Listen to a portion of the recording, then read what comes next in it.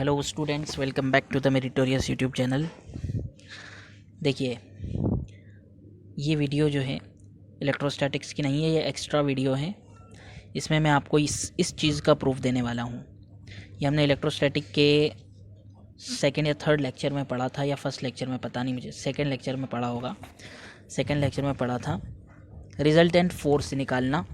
अगर दो फोर्स किसी ऑब्जेक्ट पर लग रहे हैं अलग अलग डायरेक्शन में, तो उनका रिजल्टेंट या नेट फोर्स या नेट वेक्टर निकालना और उसका डायरेक्शन यानी उसका थीटा डायरेक्शन बताना कि क्या है। बहुत सिंपल होता है। सबसे पहले फील करके देखो।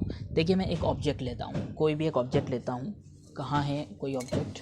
मान लीजिए मैंने ये जो है एक ऑब्जेक्ट लिया, ओके, और इस ऑब्जेक्ट पर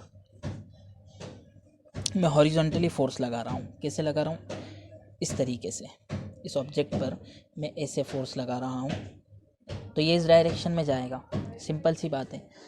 अब इस ऑब्जेक्ट पर मैं ऊपर की तरफ यानी वर्टिकली फोर्स लगा रहा हूँ, तो ये किस डायरेक्शन में जाएगा? ऊपर वाले डायरेक्शन में जाएगा।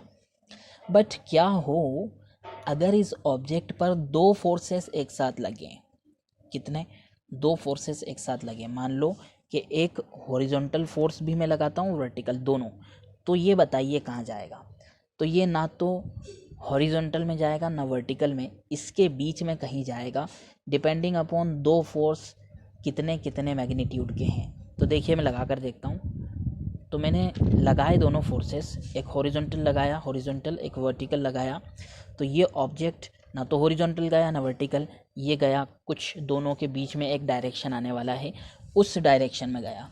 तो इस बात को आप फील कर पा रहे होंगे, और इसको मैं आपको जो है इसका रिजल्टेंट फोर्स कैसे निकालते हैं वो बताता हूँ मैं। देखिए, फोर्स एक वेक्टर क्वांटिटी है, तो हर वेक्टर के लिए ये वाला फार्मूला अप्लाई होता है। तो मैं एक नॉर्मल यानी कि एक जनरल वेक्टर के लिए बात करूँगा।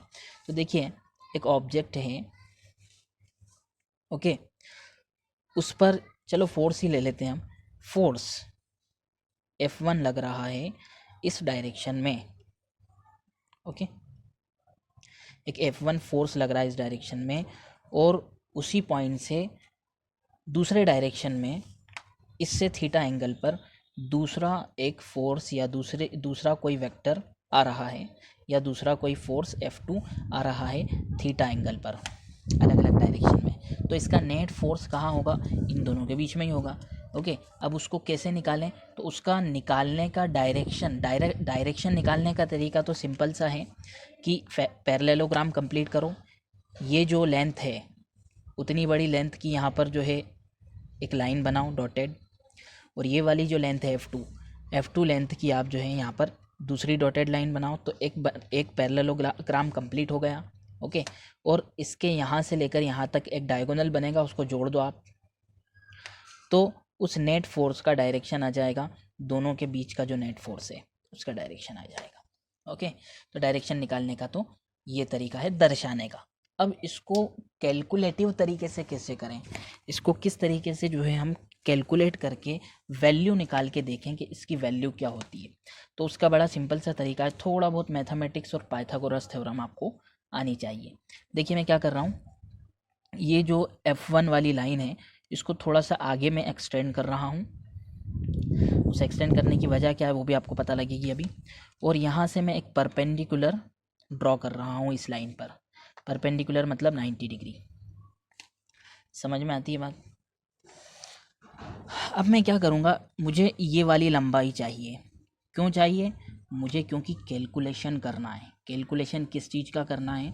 एफ नेट निकालने के लिए। तो ये वाली लंबाई मिलना मुझे ज़रूरी है। तो ये लेंथ कैसे मिलेगी?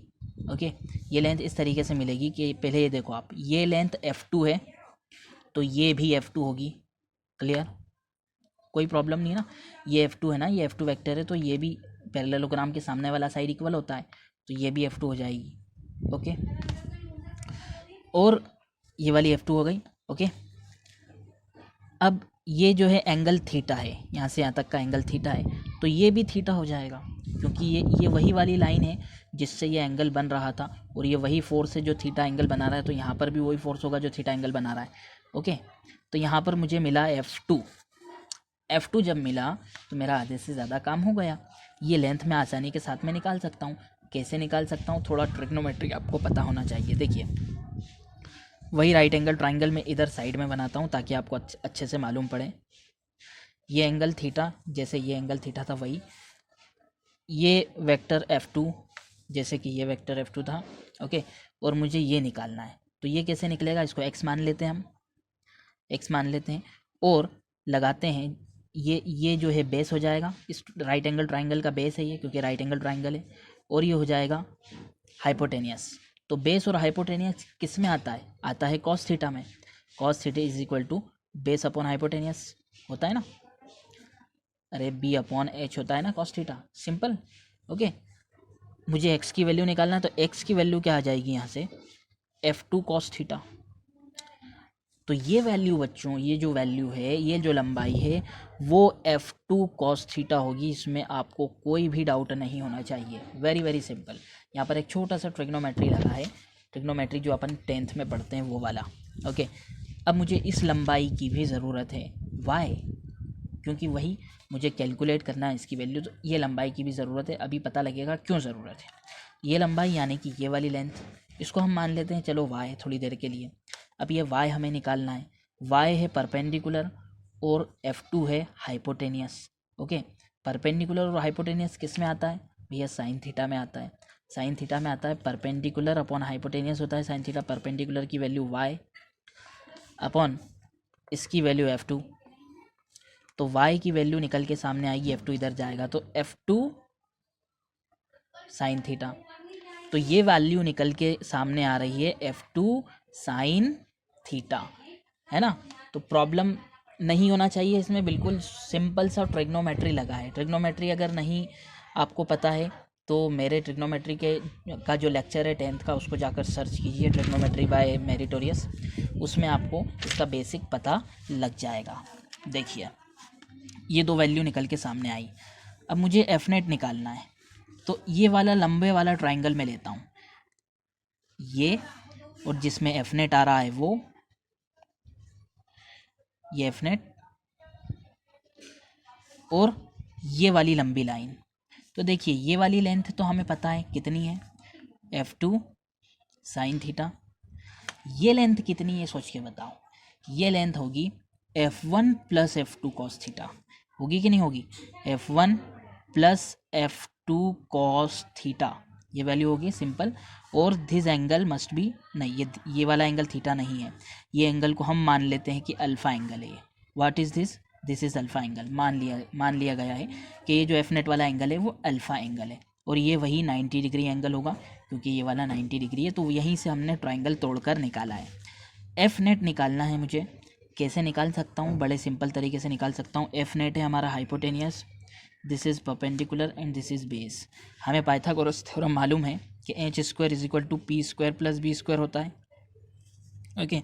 एच स्क्वायर मतलब एफ नेट का square is equal to P square, यानी कि F2 साइन थीटा का होल स्क्वायर प्लस बेस यानी F1 plus F2 cos theta, है ना, उसका स्क्वायर होगा, बेस का भी स्क्वायर होता है। अब इसको जब हम कैलकुलेट करेंगे तो कैलकुलेशन में क्या चीज़ सामने आएगी वो देखो आप। ये जो है हमारे पास में, गौर से देखना, ध्यान से देखना, एफ नेट है, उसका स्क्वायर है इज इक्वल टू, यहाँ हो जाएगा F2 square sine square theta, दोनों का स्क्वायर होगा ना, प्लस यहाँ पर a plus B whole square की आइडेंटिटी लग जाएगी। a plus B whole square होता है a square plus 2ab, 2ab, b है कॉस थीटा के साथ में, और a square plus B 2ab plus B square मतलब इसका स्क्वायर, ओके। ये चीज़ हो गई। अब क्या करेंगे अपन, एफ नेट की वैल्यू निकालना है। एफ नेट स्क्वायर है हमारे पास में F2 साइन स्क्वायर थीटा और F2 कॉस स्क्वायर थीटा, ये स्क्वायर होगा यहाँ पर, इन दोनों को एक साथ लिख देता हूँ मैं, है ना। तो F1 स्क्वायर पहले लिख देता हूँ ये वाला मैं, और F2 square sine square theta और एक और F2 square cos square theta plus बचा क्या, ये बचा ना 2F1 F2 cos theta. No doubt नहीं होना चाहिए, बिल्कुल भी सिंपल है। तो F1 स्क्वायर प्लस इन दोनों में से F2 स्क्वायर कॉमन आ रहा है, F2 स्क्वायर अंदर बचेगा sine square theta plus cos square theta plus 2F1 F2 cos theta. Okay, तो F net square is equal to, ये क्या हो जाएगा, F1 स्क्वायर और sine square theta plus cos square theta 1 होता है, तो ये 1 हो जाएगा और ये इससे मल्टीप्लाई होगा F2 से, तो F2 ही रह जाएगा, F2 square plus 2F1 F2 cos theta. No doubt, कोई डाउट नहीं होना चाहिए इसके अंदर। अब एफ नेट की वैल्यू निकालना है हमें, तो ये स्क्वायर इधर भेज दो तो रूट हो जाएगा, ये रूट अंडर रूट हो जाएगा, F1 square plus F2 square plus 2F1 F2 cos theta. तो ये हमारा वो रिज़ल्ट आ गया जो हमने सीखा था। ओके, तो इस तरीके से नेट फोर्स हमने निकाला पाइथागोरस थ्योरम और थोड़ा ट्रिग्नोमेट्री लगाकर। किसी भी वेक्टर में यही फॉर्मूला लगता है, किसी भी दो वेक्टर का रिजल्टेंट वेक्टर निकालना। अब हमें एंगल निकालना है, एंगल यानी कि ये थीटा एंगल, ये अल्फ़ा एंगल निकालना है कि ये जो है अल्फ़ा एंगल क्या है, कितना है। तो कैसे निकालेंगे हम, देखिए ये एक नॉन क्वांटिटी है हमारे पास और ये नॉन है, नॉन मतलब जिसे हम जानते हैं, जो हमें दी हुई है, ये वाली और ये वाली। ओके, तो परपेंडिकुलर और बेस किस में आता है, टेन थीटा में आता है, तो टेन अल्फ़ा लगाओ यहाँ पर, tan alpha is equal to perpendicular यानी F2 sine theta divided by F1 plus F2 cos theta. Okay, तो ये वाला रिजल्ट भी हमने देखा था, इसका भी प्रूफ यहाँ से आपको मिल गया।